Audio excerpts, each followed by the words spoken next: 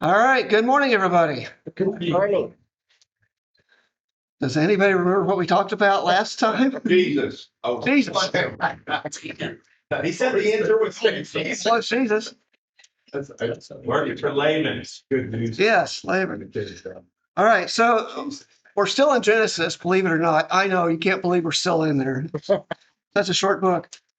So last time we talked about Jacob went in to Laban, who was Rachel's brother, and he got married to the two daughters, Leah and Rachel. Laban conned him into taking Leah, and then he loved Rachel, so he ended up working 7 years for Leah, and then he's working 7 years for Rachel, right? And then we had what was called the baby war. Everybody remember the baby war? Leah starts it off. She has like 4 kids and 4 boys, and then she stops. And Rachel says, well, here's my handmaid. You can have her. And that gets a couple of kids. And then Leah says, well, here's my maid. You can have her. A couple more kids. And then Leah gets some more. And then we had the mandrake maneuver where Rachel ends up getting the mandrakes and letting Leah have Jacob that night. So nothing like pimping out your husband.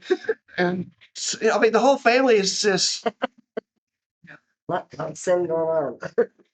a soap opera could not write it any better, honestly. And then So 12 tribes of Israel. yes, 12 tribes of Israel come from that. So all these kids coming from all these people. And so Jacob ends up working for Laban for at least 14 years for his wives. And now we're in chapter 30, starting verse 25. So after Rachel gave birth to Joseph, now remember, Joseph is the only one Rachel had, the only son at this point. There'll be more later. So Joseph is the most favored son. So after Rachel gave birth to Joseph, Jacob said to Laban, send me on my way so I can go back to my own homeland. Give me my wives and children for whom I have served you, and I will be on my way. You know how much work I've done for you. But Laban said to him, if I have found favor in your eyes, please stay. I have learned by divination that the Lord has blessed me because of you. He added, name your wages and I will pay them. Okay, so Jacob wants to return to Canaan with his wife and children. I mean, he's paid for the wives and the children are his. So that's all he wants to do is take them. He has nothing else to take with him, just them. Laban says, no, please stay. I want you to stay. I have learned by divination. And does anybody know what divination is? Okay, so divination is where you ask a question and then you cast lots or look for some sign as to what the answer is. Think Magic 8 Ball. Okay? Will this girl go out with me? Not a shot. All right. Mysticism, right? Yeah, it's mysticism. Yes, it is trusting in the universe or other gods for an answer, not necessarily the God. So Laban may believe in God, but he is all the way towards other gods. And God proscribes divination, right? Yes, later on in Deuteronomy, God says no to divination, period. And if you get caught doing divination, you get dead. All right. So Laban wants him to stay because he's learned by divination. I don't know why he had to do that. He could just see with his own eyes that he was blessed because Jacob is working for him. So he wants him to stay there. Now, I can imagine right there when Moses got to this point in the story, the people listening to him, remember these guys had gone through slavery in Egypt, come out of Egypt. They may have drawn in a breath like, we recognize that. That's what Pharaoh did to us. We couldn't leave because he was benefiting from us. And so they may have, caused a little check in their spirits there as he got to that part. Verse 29, Jacob said to him, You know how I have worked for you and how your livestock has fared under my care. The little you had before I came has increased greatly, and the Lord has blessed you wherever I have been. But now, when may I do something for my own household?" So, in other words, Laban, I have worked so hard for you, and your flocks have increased. All of your stuff has increased because of me. I still have nothing. I'm still left with your 2 daughters and 11 sons that I can't take care of because I have nothing. So, what am I going to get out of this if I stay? Because I'm not going to stay and just work for you for free anymore. "What shall I give you?" he asked, in verse 31. "Don't give me anything," Jacob replied, "but if you will do this one thing for me, I will go on tending your flocks and watching over them. Let me go through all your flocks today and remove from them every speckled or spotted sheep, every dark-colored lamb, and every spotted or speckled goat. They will be my wages. And my honesty will testify for me in the future whenever you check on the wages you've paid me. Any goat in my possession that is not speckled or spotted, or any lamb that is not dark-colored, will be considered stolen." "Agreed," said Laban. Okay, we're going to stop right there. So we have this, a deal is struck now. And what Jacob wants is all of the spotted or dark or striped sheep. And the reason he wants those is because those are considered the inferior sheep. What they wanted was these pure white sheep for the wool, the pure white wool. They didn't want stripes and stuff. So Jacob says, "Give me the worst of the sheep. I'll take them." And he says, "Let me go out today and I will get all those blemished sheep out of your flock, and then they'll start my flock." Okay. And then anything that pops up that's pure white in my flock, you can consider it stolen. Right? That's the deal. And Laban goes, "Agreed. Let it be as you have said." That same day, he removed all the male goats. Okay, the he there is not Jacob. The he is Laban. Now remember, the deal was that Jacob could go to the flock and get today and get all these out of there. So what does Laban do? That same day, he removed all the male goats that were streaked or spotted, and all the speckled or spotted female goats, all that had white on them, and all the dark-colored lambs. And he placed them in the care of his sons. Then he put a 3-day journey between himself and Jacob, while Jacob continued to tend the rest of Laban's flocks. So Laban is still being deceiver, okay? A deceiver. I mean, that is very strong in that family, apparently. So what does he do? He goes to the flock before Jacob goes. He gets Jacob busy over here. And he and his sons go, and they grab all the ones that should have been to Jacob, pull them out of the flock, and put 3 days journey between them so Jacob can't get anything. Yeah, that's exactly what happened. Changing the he, all that. Yes. It wasn't Jacob, because the person that did this put 3 days between him and Jacob.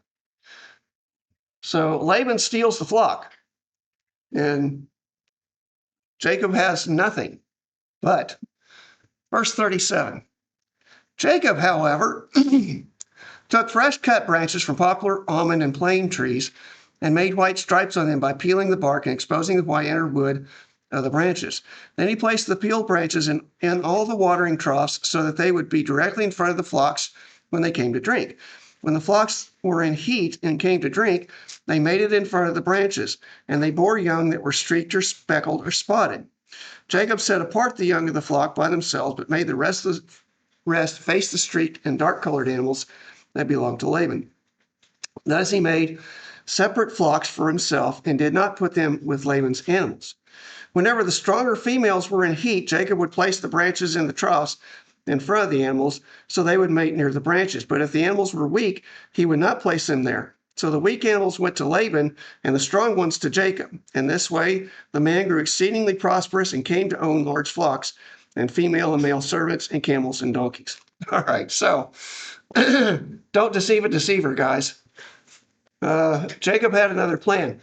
There is no scientific reason for why Jacob's plan worked. Scientists have been puzzling over this for decades. There's no scientific reason for why it works. There was no folklore involved with this, so it wasn't something that was well known there. It's just something Jacob did for some odd reason. We don't understand why. But because he did this, he got these branches in there, he was able to basically genetically engineer the flock. That's in today's version, that's what he would be doing. It's genetically engineering the flock. So God allowed these pure white sheep that Laban had kept around to suddenly start giving off speckled, dark, and striped sheep. And Jacob would get those. When the strong sheep were in heat, were ready to mate, then Jacob would bring them in and they would somehow be able to produce the striped and dark, the off-colored sheep. When the weak sheep were ready to mate, Jacob left them alone. And so what happens is Jacob's flock ends up super strong, healthy, whereas Laban's ends up weak. Okay? So Laban was still getting sheep, but he was getting the weaker ones. Jacob was getting the strong ones. God was the one that was actually doing this. And we find that out later on when Jacob has a dream. So we don't know what the rods have to do with anything. This is something he did. Maybe it was to fool Laban. I don't know. But it worked. I've got a kind of different question. These people were rich because they had all these flocks and everything. Did they have a market for it? I mean, Yeah, they would have a market for the wool and so on. Yeah, because there are other people living in the areas. they were selling it to Yeah, people that didn't have sheep. yes. So they would sell the meat and the milk, cheese, whatever they could get. And can I ask a question too? Yeah. Like, Laban was not overly involved there. I mean, being in charge of all that, wouldn't you think he'd have, if they weren't his eyes, somebody's eyes a little closer on Jacob? We're getting there. Yeah. I think they finally figured out something was not right here. But once again, he started it. He took all that sheep. But yeah, there's somebody that's watching, but it's not Laban. I think Laban's kind of lazy, honestly. He lets his sons do a lot of the work, but I don't think they were very ambitious either. And Jacob was a go-getter, though. Yeah. Okay, so Jacob wants to leave Canaan with his wife and children. Laban wants him to stay. They strike a deal for the sheep. Laban deceives on the deal by taking out the sheep that should have been Jacob's. Jacob, though, ends up with the last laugh by building the herd for himself with the stronger animals. All right, chapter 31. Jacob heard that Laban's sons were saying, Jacob has taken everything our father owned and has gained all of this wealth from what belonged to our father. So, yeah, somebody was paying attention a little bit. They just didn't know exactly what was going on. And Jacob noticed that Laban's attitude toward him was not what it had been. So there's trouble in paradise. Then the Lord said to Jacob, go back to the land of your fathers and to your relatives, and I will be with you. So Jacob sent word to Rachel and Leah to come out to the fields where his flocks were. He said to them, I see that your father's attitude toward me is not what it was before, but the God of my father has been with me. You know that I've worked for your father with all my strength, that your father has cheated me by changing my wages 10 times. However, God has not allowed him to harm me. If he said the speckled ones will be your wages, then all the flocks gave birth to speckled young. And if he said the streaked ones will be your wages, then all the flocks bore streaked young. So God has taken away your father's livestock and has given them to me. So, yes, Jacob was doing these science experiments, so to speak, with the things, but he understood it was God who was actually doing this. And Laban kept changing the terms of the deal. You can have the speckled ones. Well, no, now you can have the striped ones. Well, no, you can have the speckled ones. And he kept changing it back and forth, but every time he changed it, God also changed the sheep. So he ended up getting fewer and fewer. So in verses 1 and 2, we find there is a conspiracy afoot. Okay. The sons and Laban are now turning against Jacob. The sons are probably upset because this is their inheritance Jacob's messing with. And Laban's upset because he just likes to be rich and likes to win. So Laban and his sons are against him. That's Jacob is going to have several reasons here for leaving. And he talks to his as he talks to his wives. Laban and his sons are against him. That's in 4 and 5. Laban has cheated him. That's verses 6 through 9. So once again, keeps changing the rules. And then God told him to go. Verses 10 through 13. Here we go. In breeding season, Jacob is still speaking. I once had a dream in which I looked up and saw that the male goats mating with the flock were streaked, speckled, or spotted. The angel of God said to me in the dream, Jacob. I answered, here I am.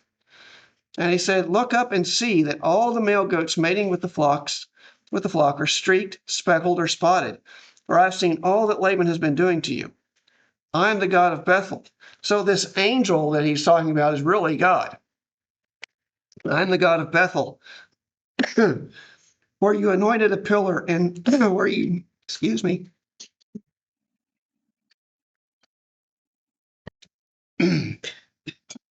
I am the God of Bethel, where you anointed a pillar and where you made a vow to me. Now leave this land at once and go back to your native land.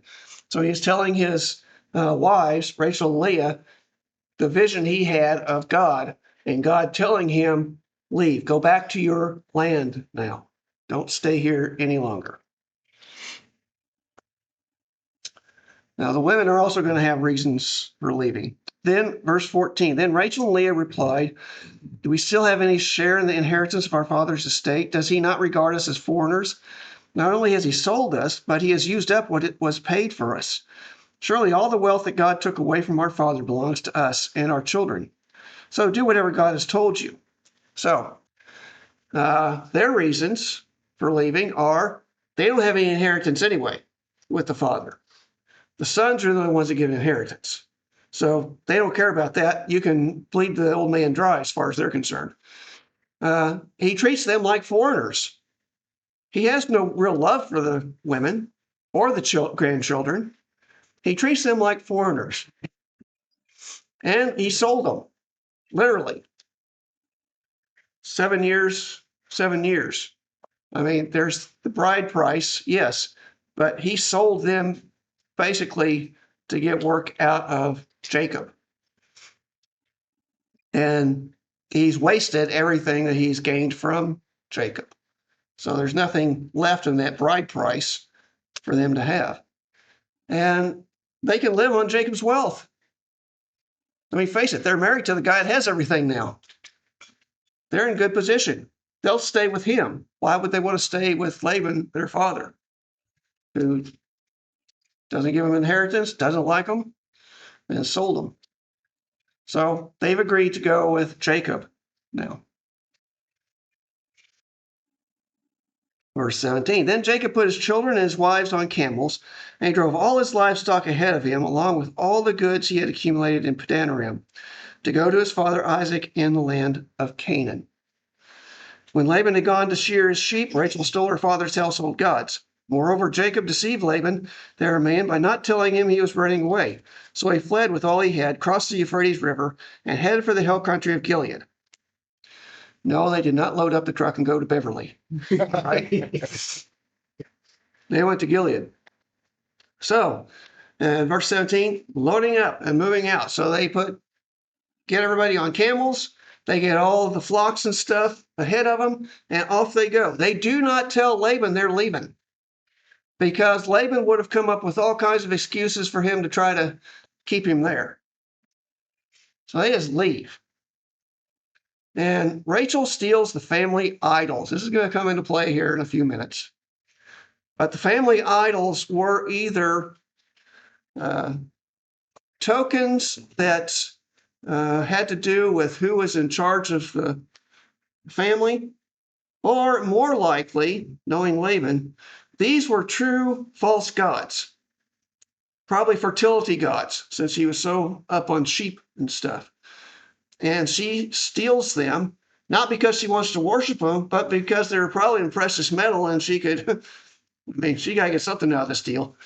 So she can melt them down later. What? Probably gold. Probably gold. Yeah. Gold, silver, something like that. And so she takes them. All right. That's going to cause an issue later on. They don't give any warning to Laban. They just run and they head off to Gilead, which is south. So let me kind of give you a picture here. So up here, Padan in Haran, near Haran is where they're at. Okay. And they're going to go south. This is the Euphrates River. They cross the Euphrates. This is actually a map of Abraham's journey to the Promised Land.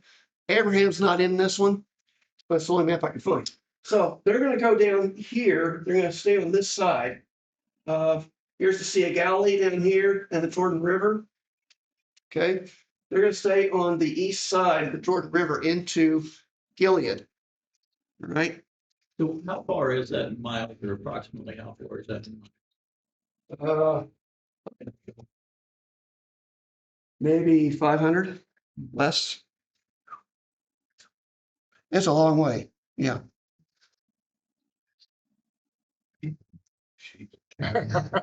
Riding those. Driving all the sheep and hearing the kids go, "Are we there yet? Are we there yet?" It's inferior because it's better than Spanish. Theoretically, but they were the strongest of the flocks. So yeah, he had nice strong flocks to take. All right, these are the mountains of Gilead. Now the pictures are not great because I'm taking them as we're in the bus going by, but this little area up in there are the hills of Gilead. This is where they're heading toward. Okay, this nice green lush area. And there's another picture of them. Yeah, when we were in Israel, it tended to be foggy and rainy. That was still nice. Okay, so they are headed into Gilead, which is east and a little bit south of the Sea of Galilee. Okay, so it's about south of the Sea of Galilee down to the middle of the Jordan River. Okay, that's Gilead. All right, hot pursuit. Verse 22. On the third day, Laban was told that Jacob had fled. It took him 3 days to realize Jacob was gone. That shows how much supervision he was really giving. Yeah. Taking his relatives with him, he pursued Jacob for 7 days and caught up with him in the hill country of Gilead. Then God came to Laban the Aramean in a dream at night and said to him, "Be careful not to say anything to Jacob, either good or bad." So Laban pursues. He catches up with the family in Gilead, which means they've already made their way to Gilead in, 10 days? 3 days, didn't realize it's 7 days to catch them. So in 10 days, that may be less than 500 miles. I can't see him making 500 miles in 10 days. Oh, wait. Anyway, 50, what? more like 50. Yeah, more like 50. So Laban pursues them, and then God speaks to Laban. So Laban is getting word directly from God. And what does God tell him? Be careful not to say anything to Jacob, either good or bad. Now, that doesn't mean go up and don't say anything to him. Just stand there. No, he can tell. He can talk to him. But what God doesn't want Laban to do is to threaten Jacob or bribe Jacob into coming back. He said, Jacob is staying here. All right. Verse 26 or 25. Jacob had pinched, try that again. Jacob had pitched his tent in the hill country of Gilead when Laban overtook him, and Laban and his relatives camped there too. Then Laban said to Jacob, "What have you done? You've deceived me, and you've carried off my daughters like captives in war. Why did you run off secretly and deceive me? Why didn't you tell me so I could send you away with joy and singing to the music of timbrels and harps?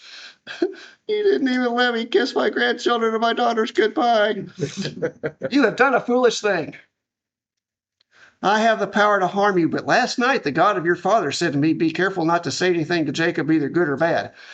Now you have gone off because you long to return to your father's household. But why did you steal my gods?" All right, so Laban just goes off. Whines, cries, everything else. And he tells Jacob, number one, you deceived me.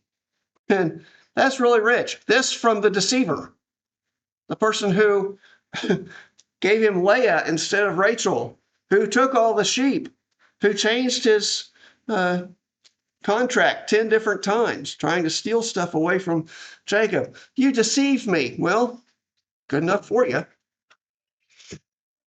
Number two, Jacob took his daughters captive. Really? Did he take his daughters captive? No. Jacob worked 14 years for those women. They're his.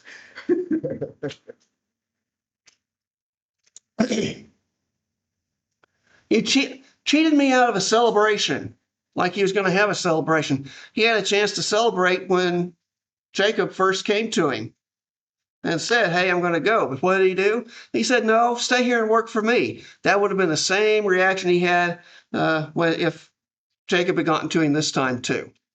So this out of a celebration, nope, that's not really a thing. It didn't get to say goodbye, and I'm sure he got his little lip quivering and say goodbye. Excuse me, but the women have already testified that he didn't love them. They were like strangers, so why is he worried about saying goodbye? So Laban is just giving excuse after excuse that is meaningless. He's just trying to get Jacob to come back. And God told me not to harm or bribe you into returning. So I guess I won't do that, but I'll throw a guilt trip on you if I can. And then this is news to Jacob. You stole my gods. Really? I didn't steal your gods. He doesn't know what Rachel did.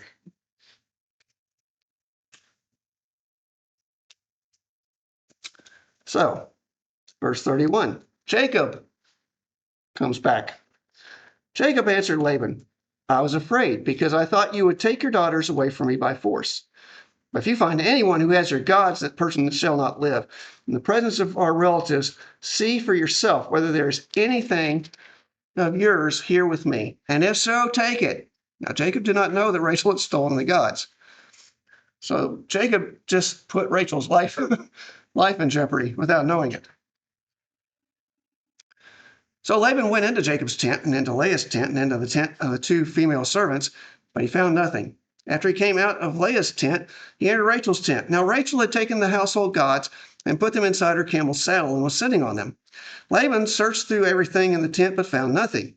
Rachel said to her father, "Don't be angry, my lord, that I cannot stand up in your presence. I'm having my period." So he searched but could not find the household gods. Jacob was angry and took Laban to task. "What is my crime?" he asked Laban. "How have I wronged you that you hunt me down? Now that you have searched through all my goods, what have you found that belongs to your household? Put it here in front of your relatives and mine, and let them judge between the two of us. I've been with you for 20 years now. Your sheep and goats have not miscarried, nor have I eaten rams from your flocks. I did not bring you animals torn by wild beasts. I bore the loss myself. And you demanded payment from me for whatever was stolen by day or night. This was my situation. The heat consumed me in the daytime and the cold at night, and sleep fled from my eyes. It was like this for the 20 years I was in your household.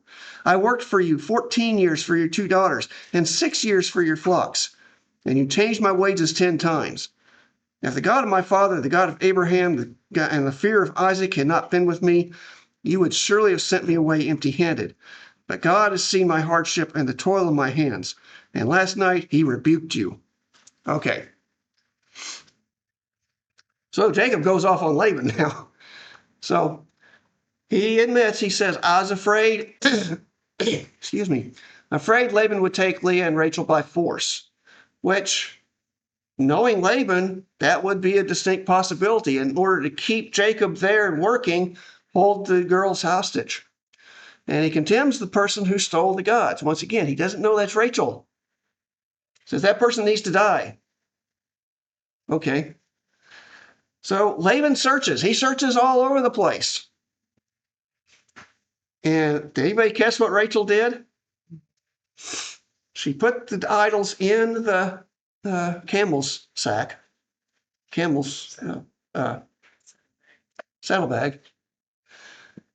and she sat there. And when her father came in, she goes, I'm not going to get up because I'm having a period. No man alive is going to touch that bear. Okay. So, yeah, you just stay right there. So they didn't find anything. And that just infuriates Jacob. And so Jacob comes out, how dare you hunt me down?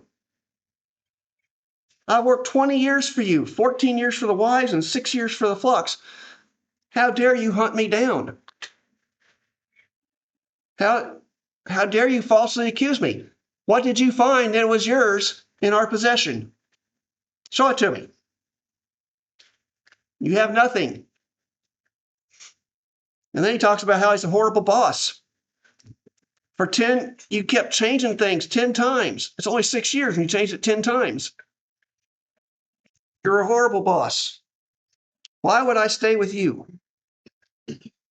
Okay, so they both spouted off to each other. Verse 43. Laban answered Jacob, the women are my daughters, the children are my children, and the flocks are my flocks. All you see is mine. No, they're not. All is mine. I don't know whether he's just trying to do a bargaining tactic or if he is delusional and thinks everything belongs to him. Yeah, what can I do today about these daughters of mine or about the children they have borne? Come now, let's make a covenant, you and I, and let it serve as a witness between us. So everything is mine. But because I can't do anything about it, I'll let you have them. Let's see what we can do about this. So Jacob took a stone and set it up as a pillar. There we talked about how they would take larger stones, set them up, and bury them a little bit in the ground so they stayed upright. That way when people came by, they would know for sure that something had happened there. It's like setting a turtle on a fence post. You know, turtle didn't get there by itself. You know, somebody had to place it there. So set up a pillar. He said to his relatives, gather some stones. So they took stones and piled them in a heap, and they ate there by the heap.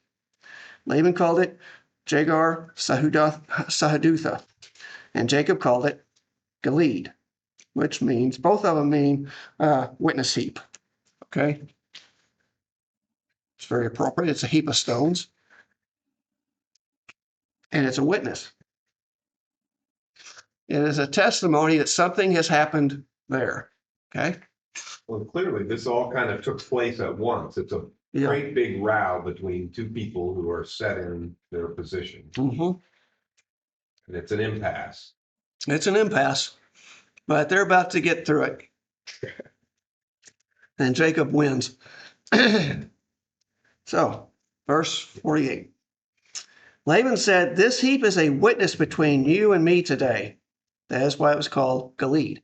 So it is a witness. It is a witness that something, covenant is going to be made between these two, okay?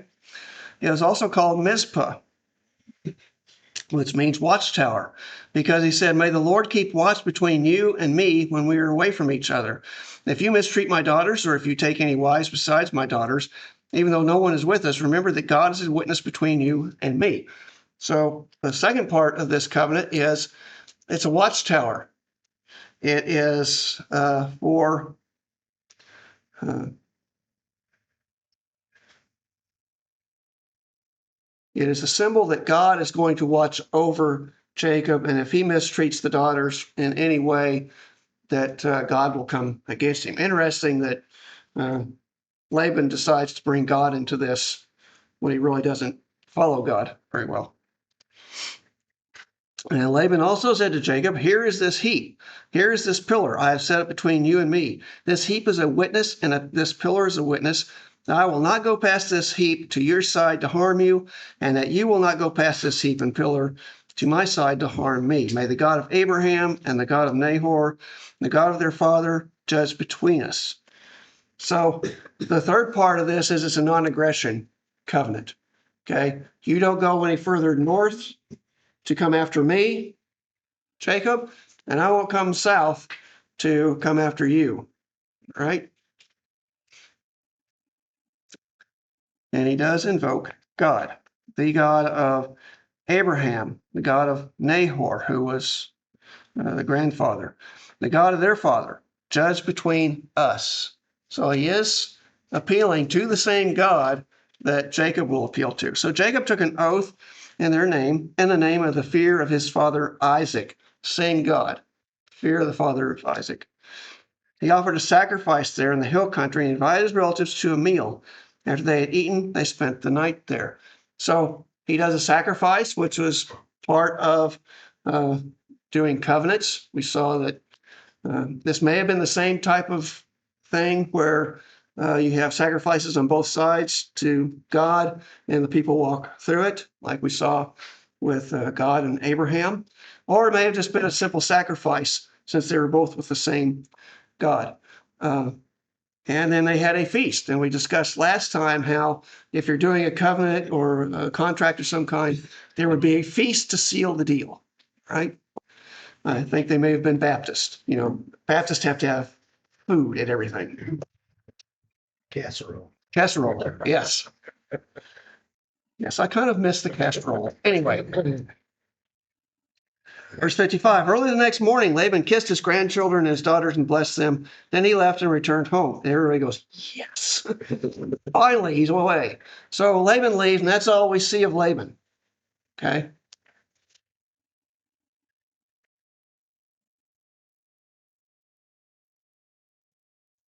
All right, chapter 32. Jacob also went on his way, and the angels of God met him. When Jacob saw them, he said, this is the camp of God. So he named that place Mahanaim, which means camps or two camps. Now Jacob sent messengers ahead of him to his brother Esau in the land of Seir, the country of Edom. He instructed them, this is what you are to say to my lord Esau. Your servant Jacob says, I have been staying with Laban and have remained there till now. I have cattle and donkeys, sheep, goats, male and female servants. Now I'm sending this message to my lord that I may find favor in your eyes. All right, so here we go. So in verses 1 and 2, Jacob is heading south. Let's go here. So he is heading south. He's been up in this area here, just north of Jabbok River, all right, on the east side of the Jordan River. That's Gilead. So now he's going to head south because south is where Edom is. Edom is off the map down here, below the Dead Sea. Okay, Edom is where Esau lives. Remember, the other name for Esau is Edom, which means red because of the red stew. So Esau is down there, and Jacob is going to bite the bullet and go see his brother, who last we saw was trying to kill him. So this is a bold move for him to head that direction. But as he is going, he sees this camp of angels. And I think God let him see that to let him know, I am with you. You are not alone. No matter what Esau may bring against you, I've got it covered. And so they moved on their way. And he sends messengers in verses 3 through 5. He's sending messengers to Esau. He says, hey, I'm rich and I'm coming to see you. Your servant is coming to see you. And hopefully I find favor in your eyes. because if I don't, I'm doomed. Okay. So, verse 6, when the messengers returned to Jacob, they said, we went to your brother Esau, and now he is coming to meet you, and 400 men are with him. That's not a good sign. I mean, if it was just Esau coming to meet him, okay. But he's bringing 400 men. Why would you bring 400 men? Unless you're planning on wiping me out. So Jacob is nervous. Verse 7. In great fear and distress, Jacob divided the people who were with him into two groups, and the flocks and herds and camels as well. He thought if Esau comes and attacks one group, the group that is left may escape. So not a bad battle plan here. Split your forces so that if one gets attacked, the other can get out of there. Right? Then Jacob prayed. Okay, so got my part done. Now let's get God involved here and make sure. Then Jacob prayed. O God of my father Abraham, God of my father Isaac, Lord, you who said to me, go back to your country and your relatives, and I will make you prosper. I am unworthy of all the kindness and faithfulness you have shown your servant. I had only my staff when I crossed this Jordan, but now I have become two camps. Save me, I pray, from the hand of my brother Esau, for I am afraid he will come and attack me, and also the mothers with their children. But you have said, I will surely make you prosper and will make your descendants like the sand of the sea, which cannot be counted. Okay, so he divides into two camps, verses 9 through 12. He gives this prayer. He says, God, I remember when I was at Bethel, and you told me all these things you were going to do, and you know what? You've done them. And I also said that if you would do that, you would be my God. And so he is trusting in God now, saying, you're my God. You're the one who gave me all this. You can protect it. And notice verse 12. You have said, I will surely make you prosper, and I will make your descendants like the sand of the sea, which cannot be counted. He is standing on that promise that he will have many descendants. This is kind of different from what we saw with Abraham and Isaac, who went into Egypt or into meeting with Abimelech, and hey, she's my sister, not my wife.